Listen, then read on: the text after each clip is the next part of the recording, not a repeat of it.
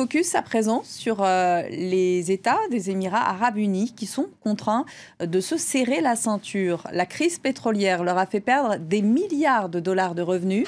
Bahreïn, Koweït, tous sont obligés de faire des économies et de trouver de nouveaux revenus. Pour la première fois, ils envisagent de mettre en place des impôts.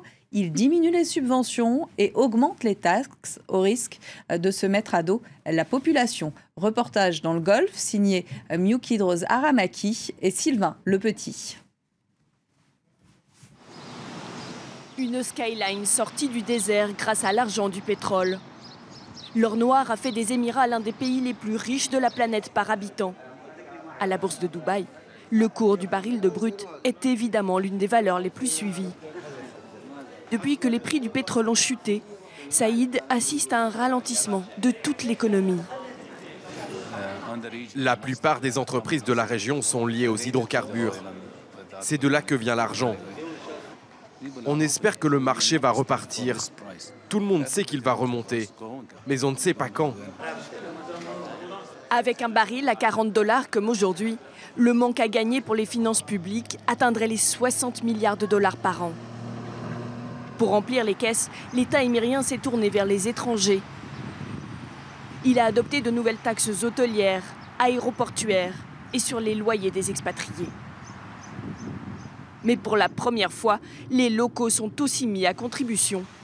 Les autorités ont mis fin à de nombreuses subventions sur l'essence, l'eau et l'électricité. L'ère des services publics gratuits pour les Émiriens semble révolue. Je suis d'accord de participer plus, si c'est pour économiser de l'argent à mon pays. Mais si je paie plus, je devrais recevoir quelque chose en échange, des services supplémentaires. Avant, ces deux managers d'hôtels de luxe, comme tous leurs concitoyens, ne payaient pas l'eau courante. Depuis quelques mois, ces habitants reçoivent leurs factures et les fonctionnaires voient défiler les mécontents. Les locaux se plaignent de payer pour l'eau? Oui, tout le temps. Vous en voyez tous les jours ici? Vous savez, les locaux ici possèdent des fermes, des arbres, et ils font pousser des fleurs. Ils consomment beaucoup. Oui, ils consomment beaucoup et donc ils paient beaucoup. Une petite révolution. Au siège de la plus ancienne banque d'affaires d'Abu Dhabi, la capitale, les employés suivent heure par heure l'actualité économique de la région. Ce matin, le numéro 3 d'Arabie Saoudite présentait son programme de contrôle des dépenses. Des annonces inédites dans une région du monde construite sur la redistribution des richesses pétrolières. Je pense que les gouvernements sont très soucieux de l'équilibre social, du pacte social qui peut exister entre le gouvernement d'un côté et la population de l'autre, et que toutes ces mesures difficiles, ces mesures d'austérité, on pourrait dire, seront prises de manière très graduelle, et je pense avec un grand souci pédagogique vis-à-vis de la population. Même le secteur pétrolier dont dépend tout le Golfe découvre les coupes budgétaires et les manifestations. Au Koweït, il y a 2 semaines, des employés ont fait grève pendant 3 jours, du jamais vu dans la région. Ils protestaient contre des baisses de salaire et des diminutions de leurs avantages sociaux. Dans les médias, les monarchies pétrolières multiplient les annonces sur la diversification de leurs économies. Elles rêvent de pouvoir vivre sans pétrole d'ici une quinzaine d'années. Un programme irréaliste, selon ce journaliste financier. C'est de l'optimisme. Ils diminuent les dépenses publiques, ce qui va ralentir et faire souffrir leurs économies. Mais ça ne va pas en finir avec la dépendance au pétrole. Ils ont développé des secteurs qui demeurent liés aux hydrocarbures. L'Arabie Saoudite, par exemple, a investi dans la pétrochimie et les minéraux. Mais ces industries souffrent aussi de la chute du marché pétrolier. En attendant que le cours du pétrole remonte, les pays du Golfe n'ont d'autre choix que d'emprunter. Pour la première fois de son histoire, l'émirat d'Abu Dhabi vient de lever 5 milliards de dollars sur les marchés financiers internationaux. Voilà, l'Émirat d'Abu Dhabi qui lève plusieurs milliards de dollars sur les marchés internationaux. Le Golfe se serre la ceinture. Est-ce que c'est inédit? On en parle avec Pierre Terzian, directeur de la revue Petro Stratégie. Bonjour, merci d'être avec nous. Bonjour. C'est inédit cette situation? C'est du jamais vu? Ce n'est pas inédit. Il y a eu des chutes de prix dans le passé, en 86 par exemple, etc.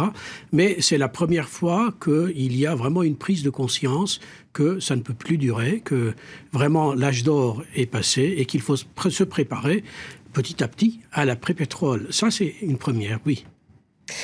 Ces pays font tout de même partie des pays les plus riches au monde. On voyait dans le reportage un gérant d'hôtel se garer, repartir avec sa Ferrari. La crise peut-elle durablement éprouver l'économie de ces pays du Golfe? C'est une richesse très particulière. C'est une richesse qui est basée sur beaucoup d'apparences, mais si vous comparez vraiment de pays à pays, par exemple, chez nous en France, il y a une profondeur de richesse qui n'a rien à voir. Là-bas, la richesse est vraiment très, très artificielle, très superficielle. Ce sont de belles autoroutes, des maisons extraordinaires, des voitures, etc. Mais l'économie repose entièrement sur le pétrole, parfois aussi sur le gaz, et pour le moment, rien d'autre. C'est ça qui est très grave, c'est ça qui est inquiétant. Quels sont les grands projets freinés ou même arrêtés par ce ralentissement économique, Pierre Terzian?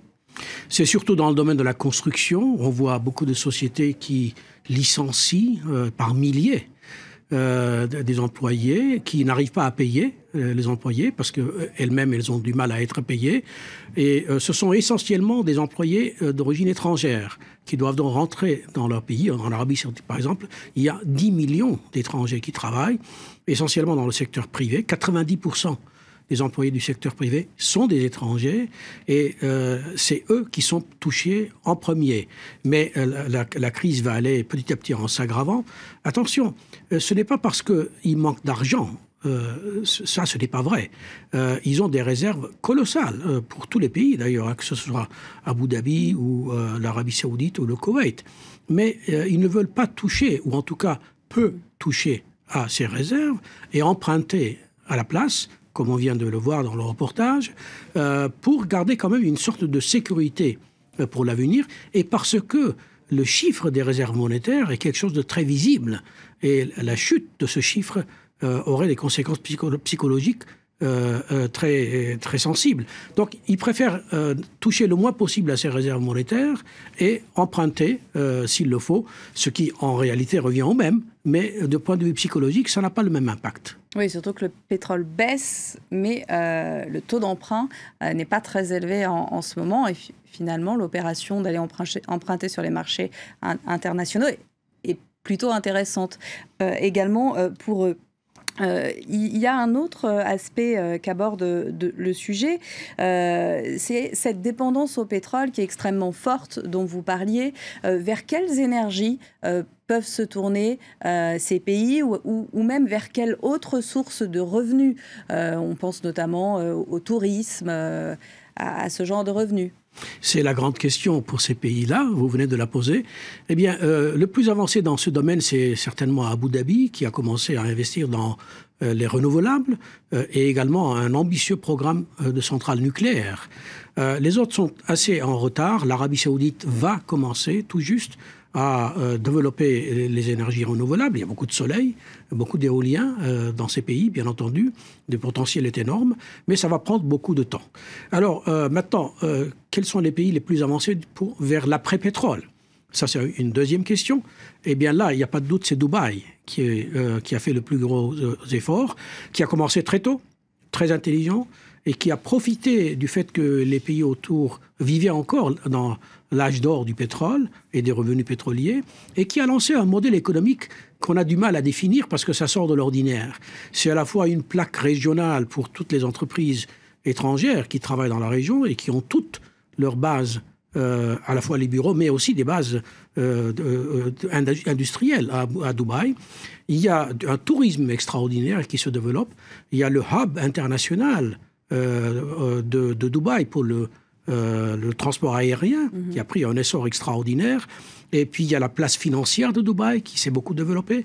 Donc, Dubaï a vraiment fait un très grand pas en avant. Mais bien entendu, si les pays aux alentours tous s'enrhument, eh bien, Dubaï ne peut pas rester indemne. Les autres sont très en retard. Abu Dhabi suit un petit peu à l'arrière. Les autres commencent à peine. L'Arabie Saoudite vient de lancer un très grand programme, très ambitieux en tout cas, Vision 2030. Mais on n'est pas vraiment convaincu par le contenu de ce programme lorsqu'on analyse de près ce que cela implique. Merci infiniment, Pierre Terzian, d'avoir répondu à notre invitation. C'est la fin de ce focus consacré donc à ces pays du Golfe qui sont contraints de se serrer la ceinture.